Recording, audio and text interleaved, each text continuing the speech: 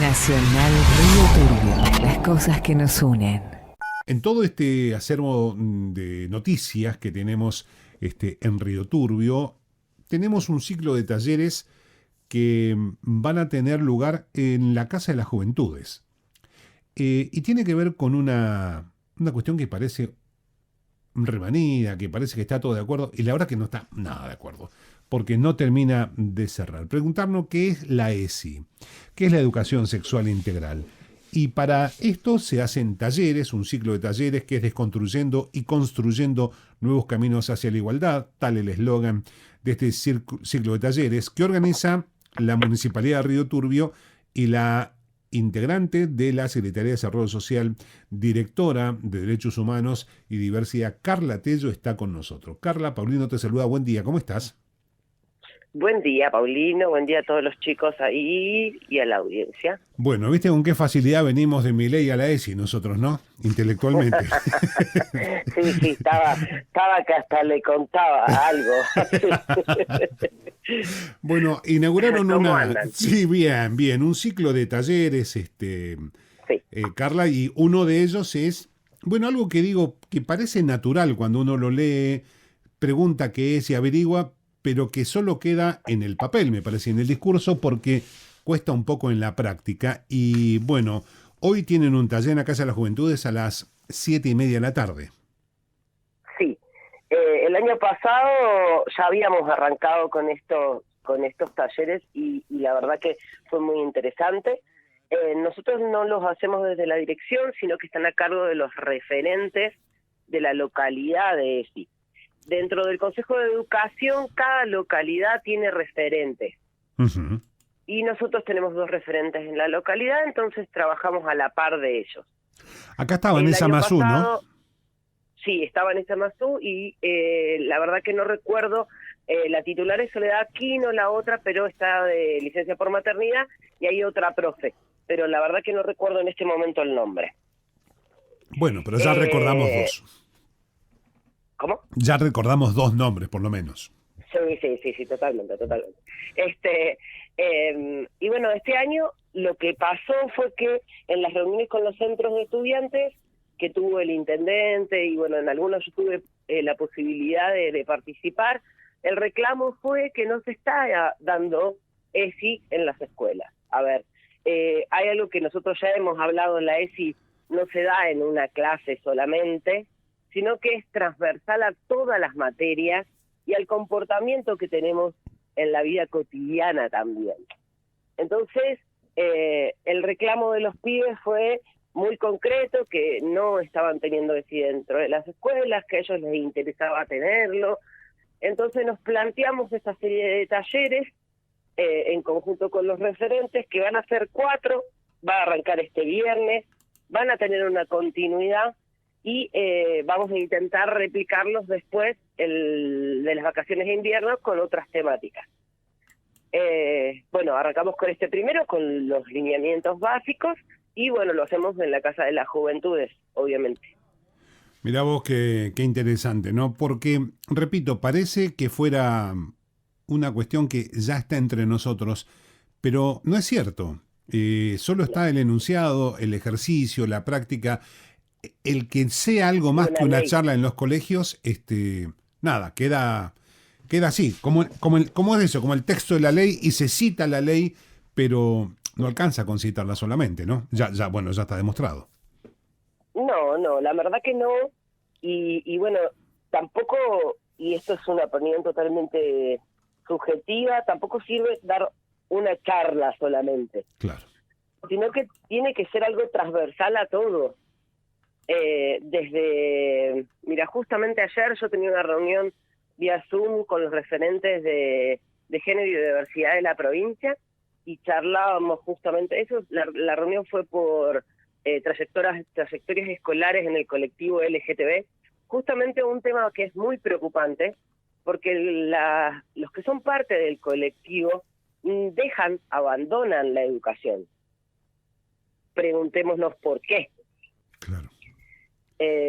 Y se estuvo charlando la idea de poder acompañar al colectivo de alguna manera y brindarle la posibilidad de la terminalidad educativa.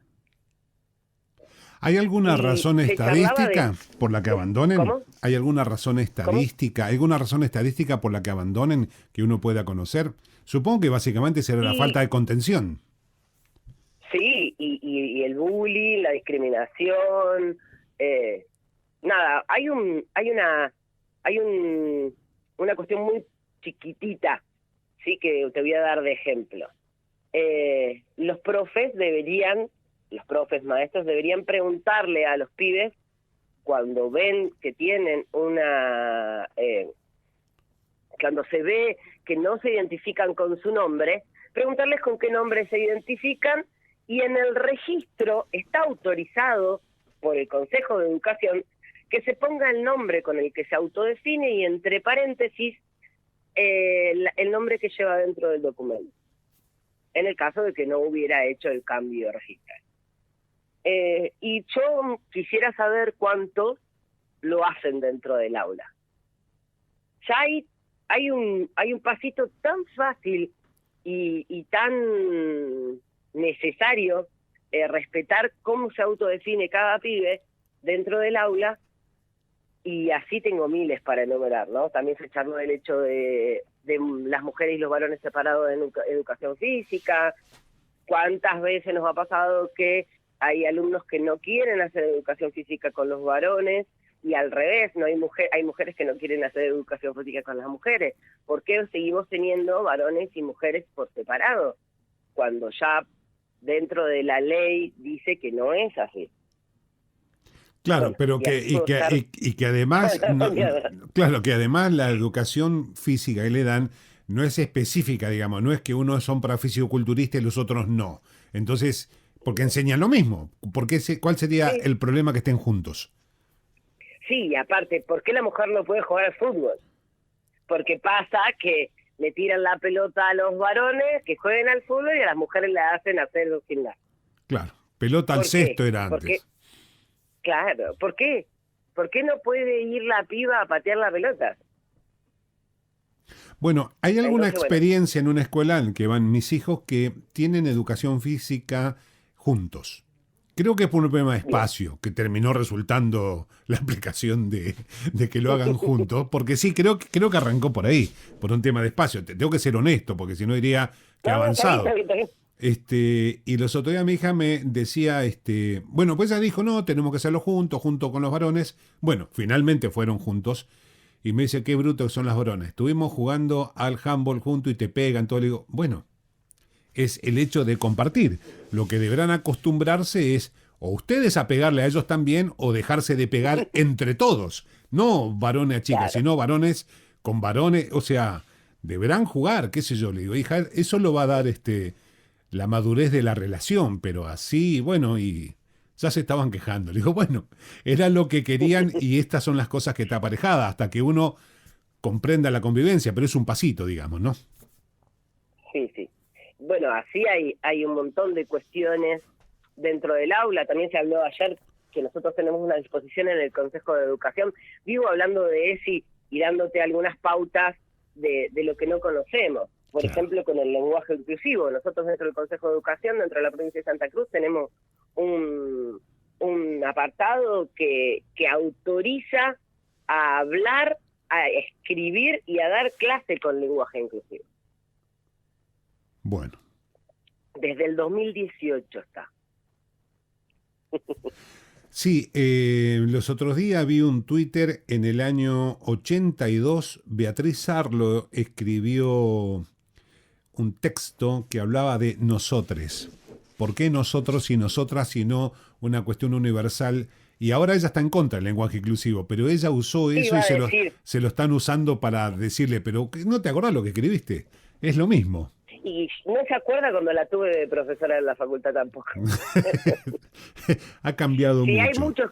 hay muchos de que cuando yo estudiaba llegué hasta ahora que no sé cómo alguna vez los leí o los referencié. Vos sabés que cuando nosotros teníamos como medio de comunicación, una capacitación nacional, la ley Micaela, y estaba el lenguaje Sí. inclusivo para utilizarse en la radio, hay una cosa del lenguaje escrito inclusivo que es muy complicado porque rompe algunas normas, que es la utilización del arroba y la X porque no se puede leer. Pero bueno, que se utiliza para llamar la atención, pero que en realidad es para forzar el lenguaje inclusivo, pero la verdad es que no se puede leer porque no se puede pronunciar. Sería, Claro. no se puede leer. Claro, queda ahí, y la arroba no es algo que forme parte del abecedario, por lo tanto tampoco se puede leer, pero digo, está puesta a propósito para forzar la posibilidad Para hacerlo. de la inclusión, ¿no? O sea, hay que verlo de ese lado, porque si no nos quedamos en el detalle de gente que dice, no, pero viste que pone la X, bueno, es para forzar la inclusión, en un momento va a Sí, hay desaparecer la muchos X. todavía que están en esta desconstrucción, que te plantean que prefieren la X antes que la E. Yo, que milito la ESI, que hice la diplomatura, todavía me cuesta un montón usar el lenguaje inclusivo. Me acuerdo que para el 24 de marzo, que me tocó hacer el discurso, lo había escrito todo el lenguaje inclusivo. Cuando lo fui a leer tenía tal nervio Claro. que no lo leí y dije lo que me acordaba a mi manera, y obviamente el lenguaje inclusivo desapareció. Hay una cuestión que tiene que ver con también naturalizarlo. Nosotros nos enseñaron a leer y escribir de una manera y va a ser muy difícil modificarlo, y entiendo la resistencia todavía. Sí, pero por ahí es también muy necesario. también va a pasar que va a ser incomprensible el texto en inclusivo todo el tiempo por nuestra estructura de pensamiento de percibir las palabras de una manera y la construcción del pensamiento en función de lo que recibimos sonoramente. Probablemente eso también distraiga. Hasta que nos Cuando acostumbremos, hice ¿no? la diplomatura pensé que me iba a pasar eso. Todas las profesoras de la UBA que nos dieron la diplomatura en ESI hablaban con lenguaje inclusivo. Y no me costó, ¿eh? Es una cuestión de acostumbrarse el oído, nada más. No, no, claro, o sea, Después, no es que no se pueda, o sea, hay que reconstruir, hay que construirse desde ese lado. sí, totalmente. Totalmente, y no tener el prejuicio de que suene la E. Claro. es básicamente eso. Pero más allá del lenguaje inclusivo, que lo puse como ejemplo, nuestra ley, que tiene más de 16 años ya, es muy necesaria para los pibes dentro de la escuela por este mismo hecho de la deserción escolar. Encontrar el lugar, la escuela, un espacio donde no sea el espacio que lo saque hacia afuera de la sociedad. Yo conozco pibes dentro de Río Turbio que se han ido a estudiar después de los 20, 21 años por no haber terminado el secundario, porque en su momento, en su recorrido, fueron pasando por varias escuelas secundarias donde ninguna encontró el espacio para poder ser él mismo o ella misma. Claro.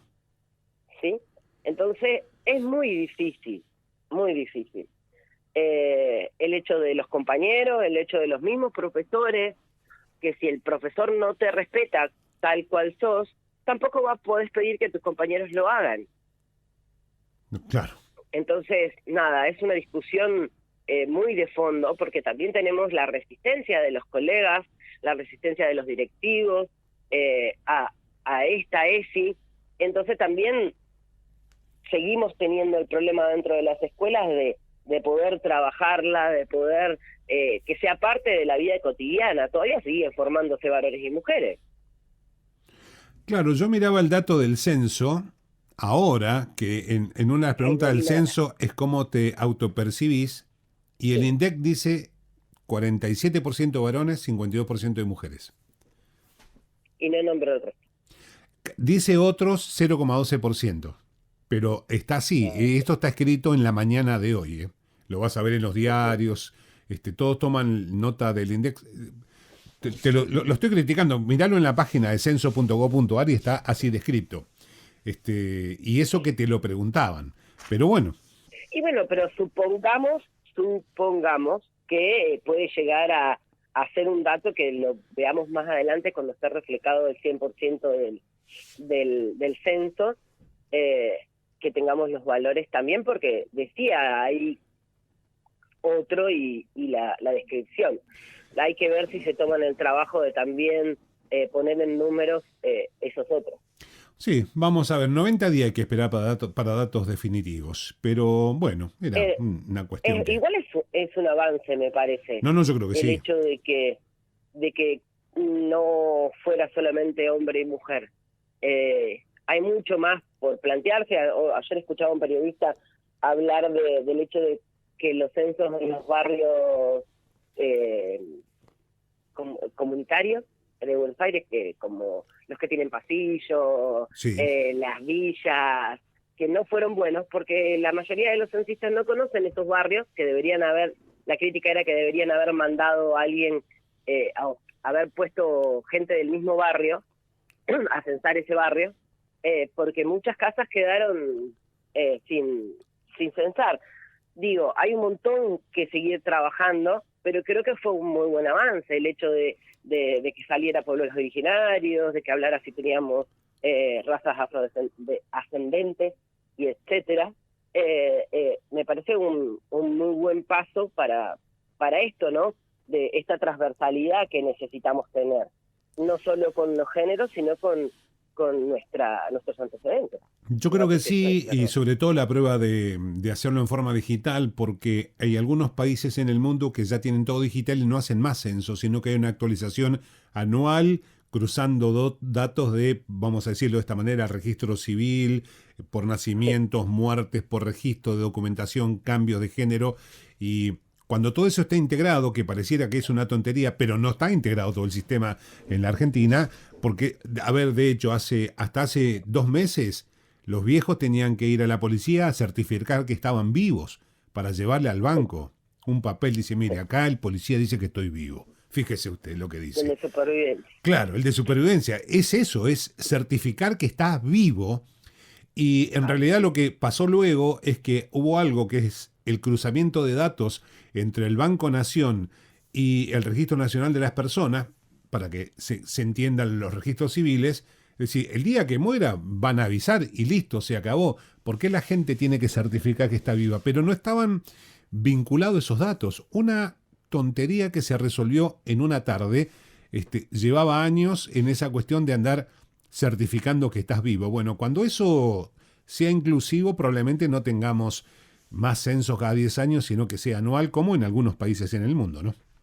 No en todo, en algunos nada más. Sí, es necesario, en general el hecho de ser transversal, o sea, poder incluir a todos. Bueno, qué sé yo, el tema de la digitalidad también ha hecho un cambio en un montón de cosas. Claro. Yo escuchaba a censistas que habían terminado el otro día a las 3 de la tarde, y eso pasó porque la mayoría lo hicieron de manera digital. Si no, en otra época eran las 8 o 10 de la noche, los censistas todavía no andaban en la calle. No, claro, sí, todavía andaban, y hubiera sido mucho peor el resultado de el error que se produjo ahora, que por lo que uno lee no es tan importante, el error que se ha tenido de los no censados, digamos. Claro, y encima les dieron un tiempo, creo, ¿no? Había 24 horas más para... No, hasta el 24 de mayo hay tiempo. Bien. Así que tienen un par de días más todavía. Carla, terminamos censando gente nosotros que arrancamos con Milei, el ESI y nos fuimos. Pero esto es una radio y vamos de un tema a otro. Taller, entonces, repetime, es hoy en la Casa de las Juventudes. Sí, es hoy a las 19:30 y la idea del horario es porque el taller está hecho a partir del reclamo que hicieron los jóvenes, que eran las listas que se iban a presentar a los centros de estudiantes. Muy bien. Entonces está armado para los jóvenes.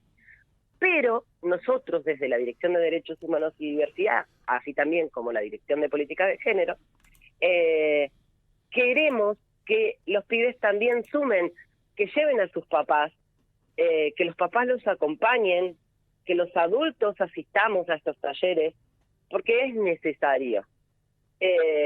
Los chicos lo tienen mucho más claro que nosotros y lo que nos piden son herramientas para salir a defender esta ley. Entonces, está armado para que ellos la entiendan, para que sepan cómo tienen que defenderse cuando no se aplique. Es la idea, pero también es la idea que el adulto también se acerque y escuche de qué se trata, para que también pueda defender los derechos de sus hijos adentro de los colegios. Nosotros no estamos pudiendo entrar a los colegios todavía, por COVID fue uno de los reclamos que también se hicieron los pibes al intendente en su momento, y también se hizo ahora cuando vino la gobernadora.